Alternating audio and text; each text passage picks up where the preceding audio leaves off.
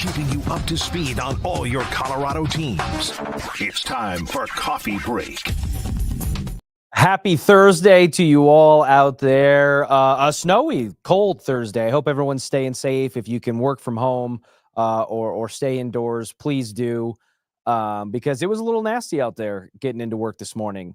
But it's Thursday, which means we're one day closer to the weekend and one day closer to the Denver Broncos' first playoff game in the last 8 seasons. So I want to get into that a little bit with James Merilatt, who's going to join me here from home. But first, before I do that, I want to talk a little Buffs with you here, James, because I've got some questions as it relates to Coach Prime. And I got 2 different angles here that I want to go with. The first one is the notion that Prime time could be running out up in Boulder. And I think a lot of that speculation has been fueled by a couple of different things. One, Dion not having signed a new extension, a new deal with Colorado yet. And there are some who might say, hey, well, it's because they haven't put pen to paper because it hasn't been put in front of him. And that's hold on a second, because Joel Klatt came on our airwaves at Denver Sports 104.3 The Fan and told the guys in the morning, Mike and Stoke and Mark, that Coach Prime has a deal put in front of him for a significant amount of money, to the degree where Joel said, I don't know why he hasn't signed it yet. Which to me would imply it's one of those, like, how could you turn down or possibly try to hold out for more kind of figures that we're working with here. And one of those potential reasons could be that he's keeping his options open for 2025, including a potential jump to the NFL. He was on a Barstool podcast this week and basically said that if he were given the opportunity to coach both of his sons, he would have to consider coaching with or for an NFL team that would allow him to do that, just from a life moment standpoint. James, what did you make of those comments? I mean, I get what he's saying, that he would want to be able to keep coaching his 2 sons. Like, there's the speculation, well, who does he mean by sons, right? There's Shedeur and Shiloh, but he's also called Travis, his son. Mm-hmm. So, like, he ain't going to be able to coach Travis and Shedeur. It's a way, I guess, to pull a Bronny James and get Shiloh drafted. It's the first thing I thought of, and it drove me nuts. Otherwise, he's not going to get drafted. If you think about it, Richie, like, how would that go over in an NFL locker room, right? Like, let's say it's the Giants. Let's just pick a team. They decide to move on from Brian Daboll. They take Shedeur with the 3rd overall pick, hire Dion, and in the 7th round, they pick Shiloh, right? Well, you're not going to cut him if this was the whole plan. He's on the roster, and people know he's not good enough to be on the roster. Like, that just seems like a recipe for a disaster to me. I think at some point, you gotta let the birds go out of the nest here. And Shedeur and Shiloh need to go their own ways. They need to go their own way from their father and go, live life and live in the real world on their own. I've got no problem with what he's done at this point, getting them to Jackson State and getting them to CU, and it worked out great for everyone involved. But at some point, right, it's the old bell curve. There's diminishing returns on this. And I think going to the NFL to coach either son is a bad idea. I think going to the NFL and trying to use that to get Shiloh an NFL job, I think just is, like I say, a recipe for disaster. So I don't think that would be very smart. The not signing his contract yet. Look, I'm a CU guy. It worries me a little bit. But we all were doing a lot of hand-wringing this summer. Like, Jamal Murray hadn't signed his new deal, and how could he possibly play in the Olympics, and he hasn't signed his new contract? It ultimately got signed. It's just like, who knows? These things, there's a lot of language in them. There's a lot of, I's to dot and T's to cross. So I'm not going to get too worried about it until I have to, but I'd rather he'd signed it. That'd be silly of me not to say that. Well, for one, I completely agree with you. I think the Shiloh Sanders element of this conversation is an exact parallel to Bronny James, who by and large, through most respected NBA minds and scouts and general managers and front offices and frankly, players and coaches, Bronny James is not an NBA caliber player right now. In fact, his G League performances weren't even that great, but it's, your father's LeBron James, and, you can make things happen. And I also have been of the mind of I'm okay with Dion using the platform and the power and the gravitas that he himself has earned throughout the course of his career and post-playing career to kind of help advance, his kids and his sons, as a lot of parents, would do the same in their own scope. But that to me would be too far. That to me is, I thought the Bronny James thing made a mockery of the NBA. I thought it made a little bit of a farce of the NBA draft in and of itself, which is already kind of a lunacy, from top to bottom in the first place.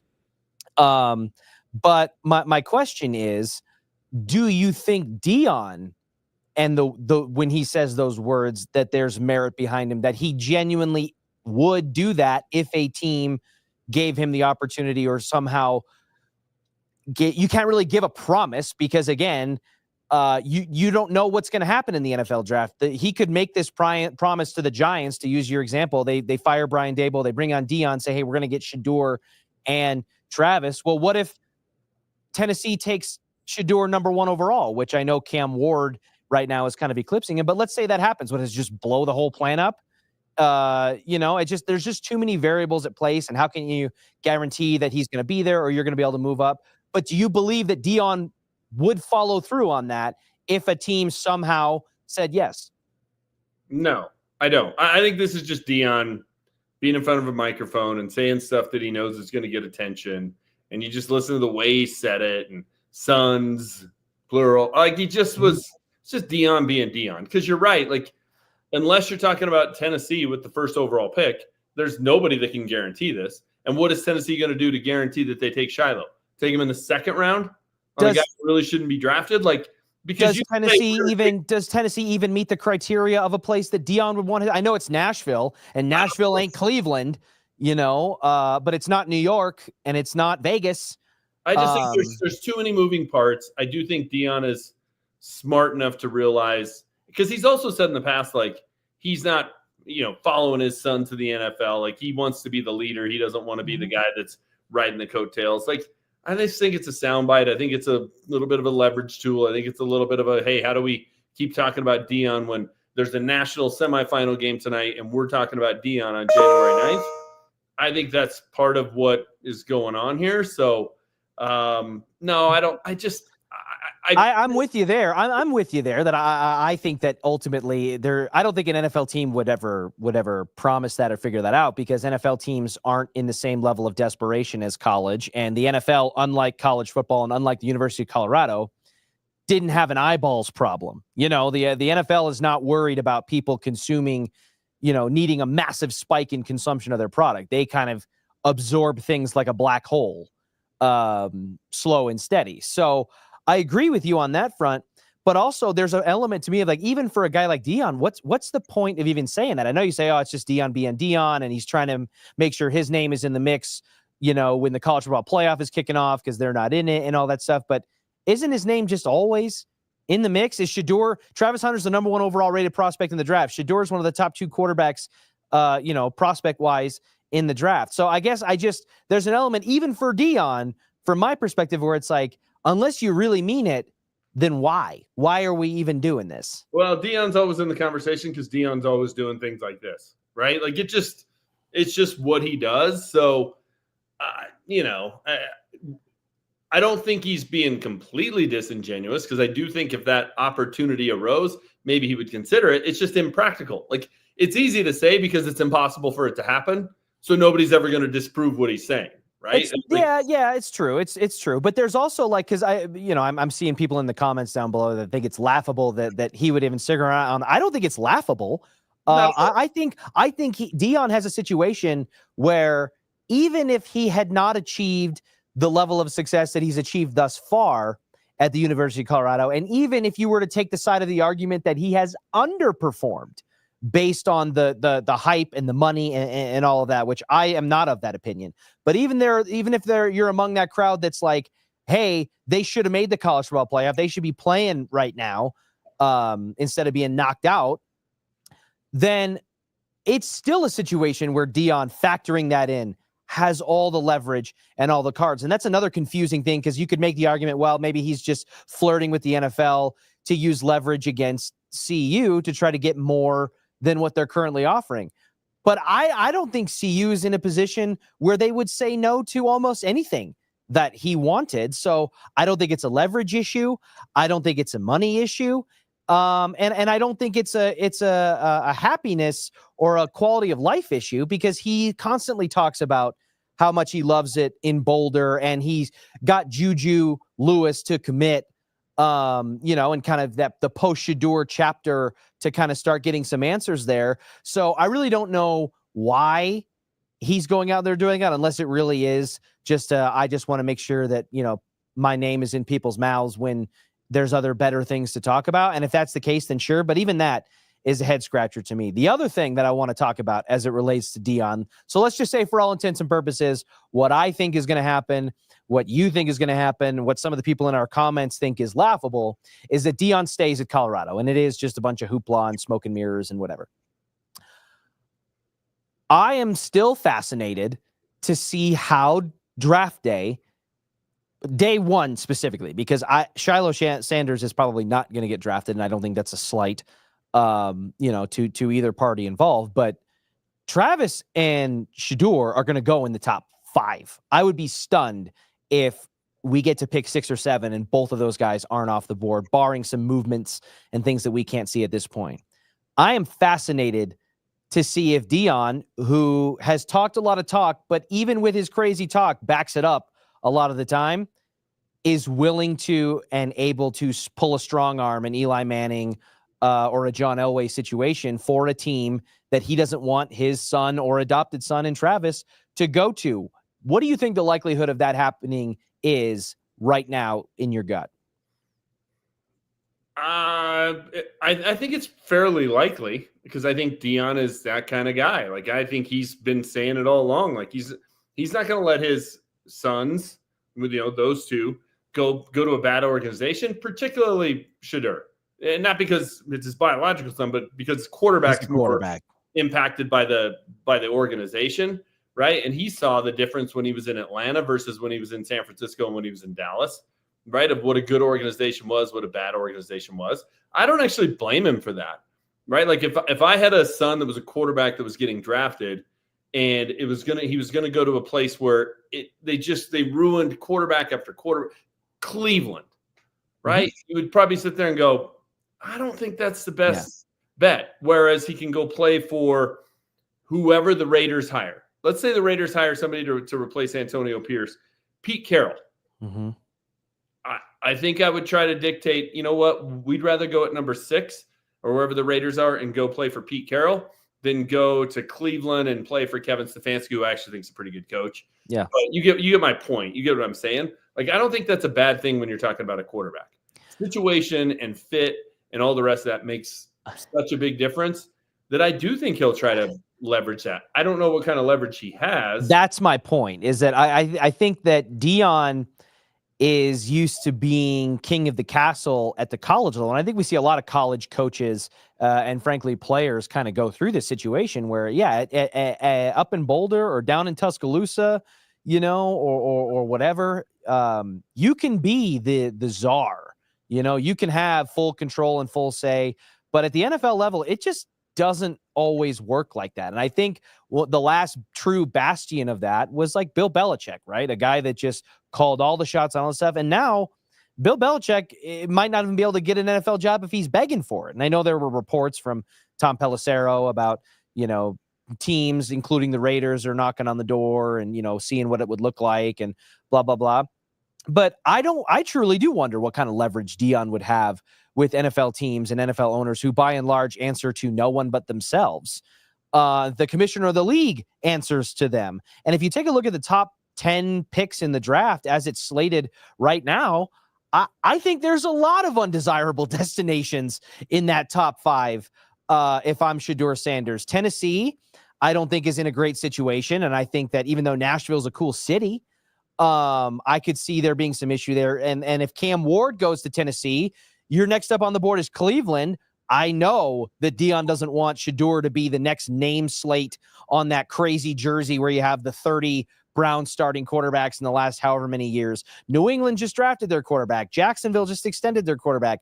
Vegas is outside the top 5. That's a big move and a lot of capital to ask a team to give up to try to move into striking distance at 2 or 3, to get a quarterback. So the further down you get, yeah, the destination might be more desirable, like a Las Vegas, but the asking price to get from 6 or 7 or 8 up to where Shedeur is going to need to go is high. And it just makes me question how. I think there's a reason we've only seen it happen a couple of times. One is because there's only been a handful of players who've commanded that level of power.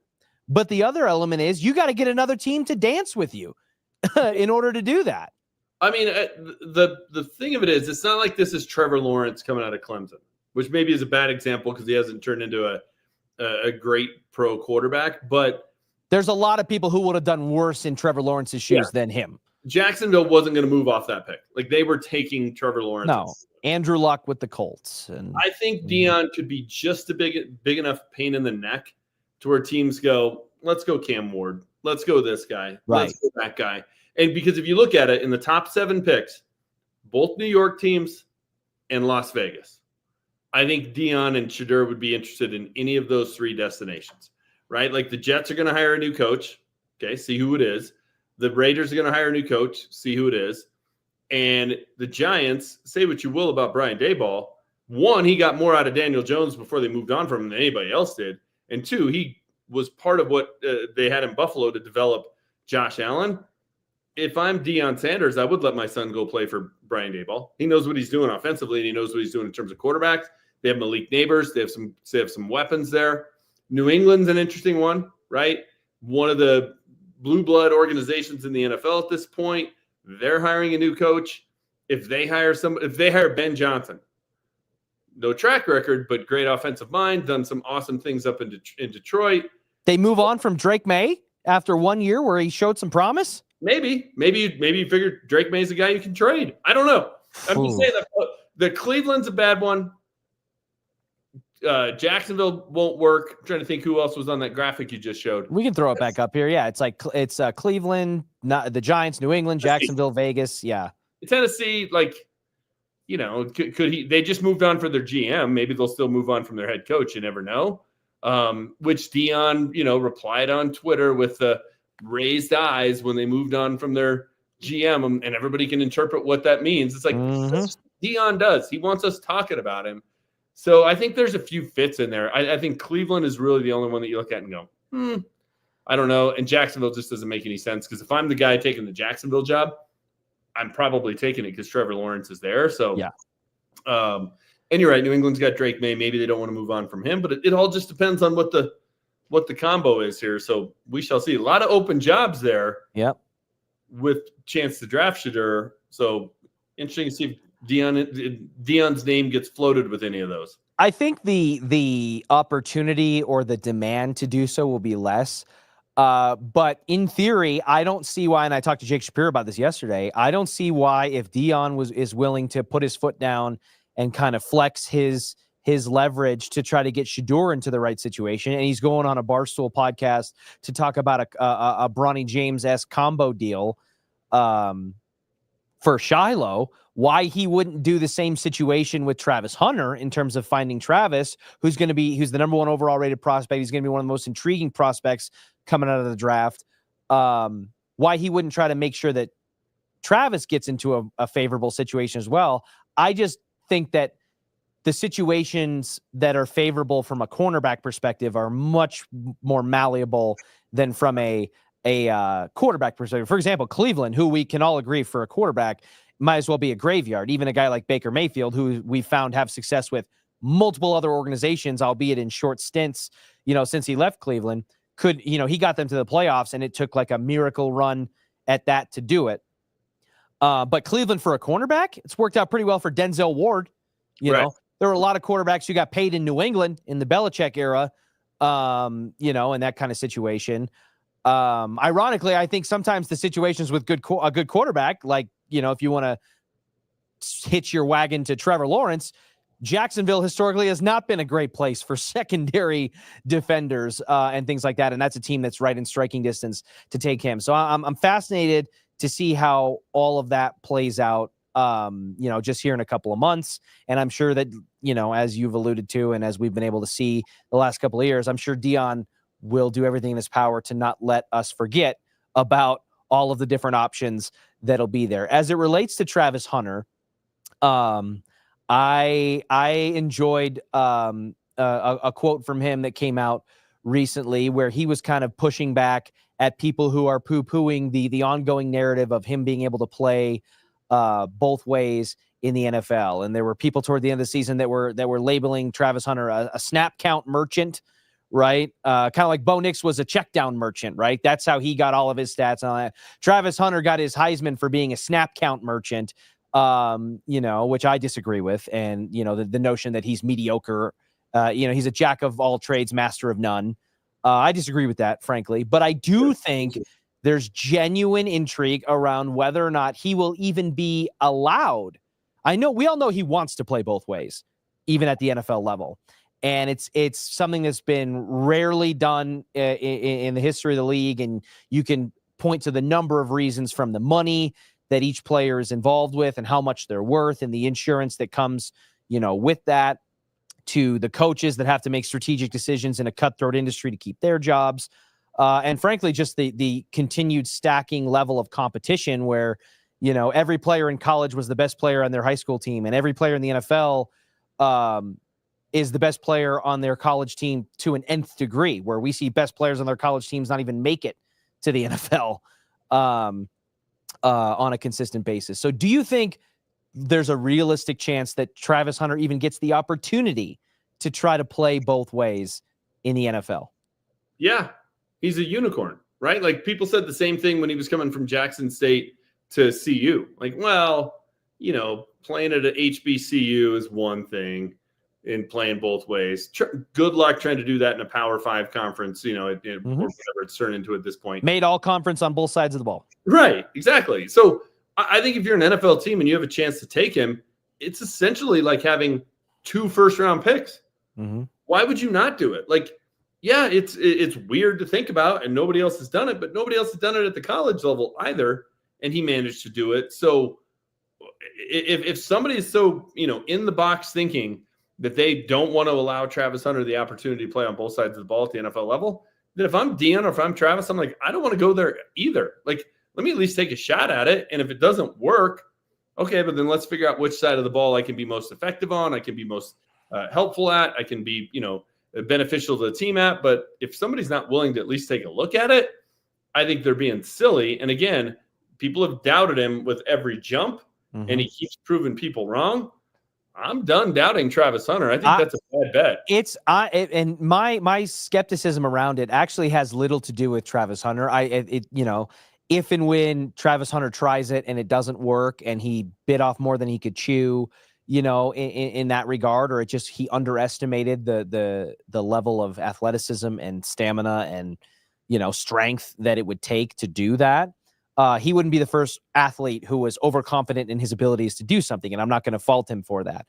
I genuinely don't know that he'll get the opportunity. Jake Shapiro disagreed with me yesterday. It sounds like you disagree with me now. And Jake Shapiro's argument was that NFL coaches are trying to win every single Sunday, and they are going to use every advantage that they have at their disposal to try to do that.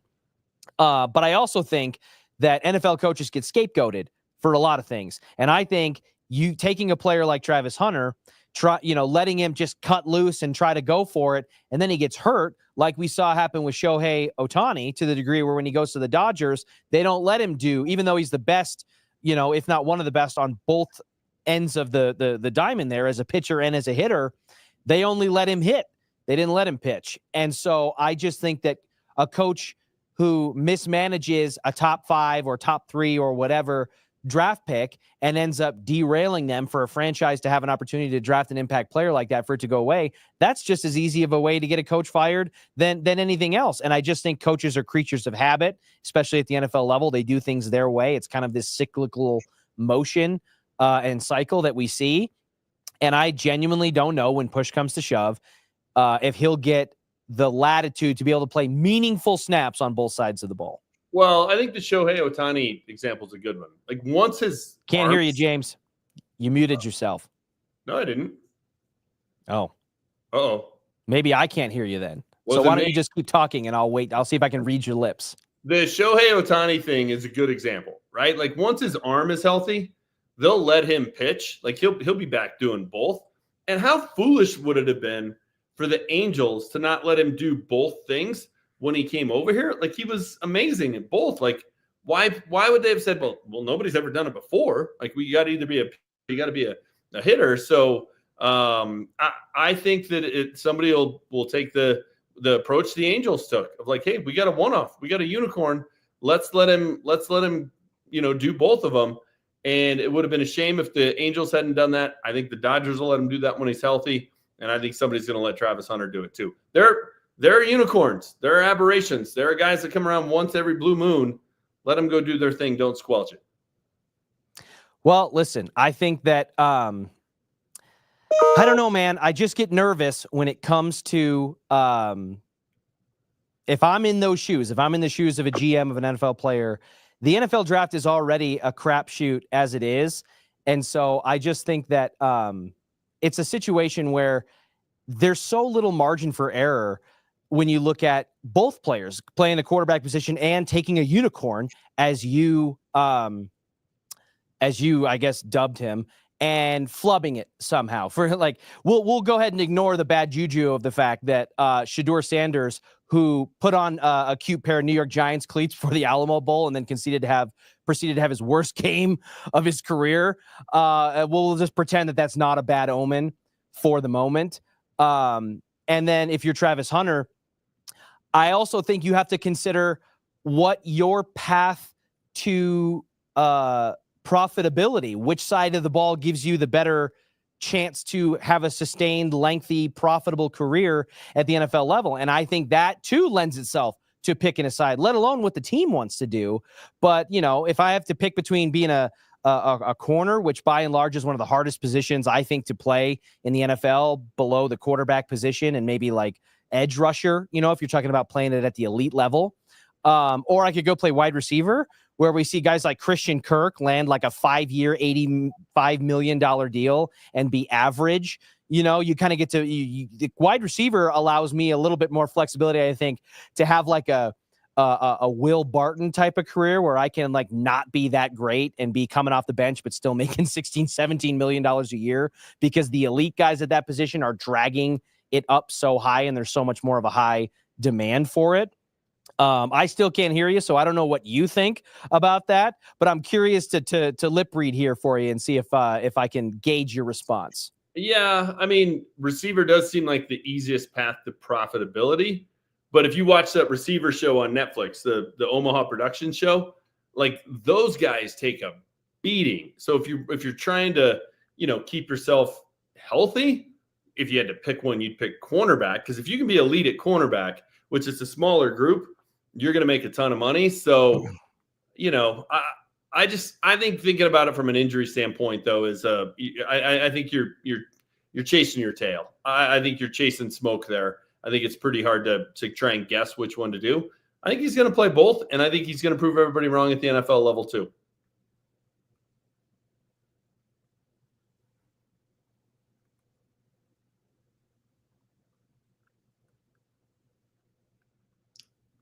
Don't know what happened to it, but fortunately, well, listen, if there's one thing I know, that if there was anybody that was going to prove the NFL wrong, it's probably Travis Hunter, because as you alluded to, he's been doubted at every step of the way throughout this whole process. And he's managed to rise to the top, culminating with a Heisman victory. And if only it could have culminated with a little bit more success in the college football postseason. But I'll at least concede to you on that point, even though I think that I disagree with you, that I think that he'll have free range to kind of do it. And the argument about whether he should be a wide receiver or a corner, I think he's better at a corner, but he has a better path to long-term stability as a receiver. I will agree that if there was one guy that was going to turn it all upside down on his head, it's Travis Hunter. So James, thank you so much for joining me today. Glad you got to stay safe and join me from the man cave down here today. And I look forward to reacting with you next week about the result of a pretty important Broncos-Bills game. James, have a great rest of your day, my friend. And to the rest of you out there, stay warm, stay safe, and we'll catch you tomorrow.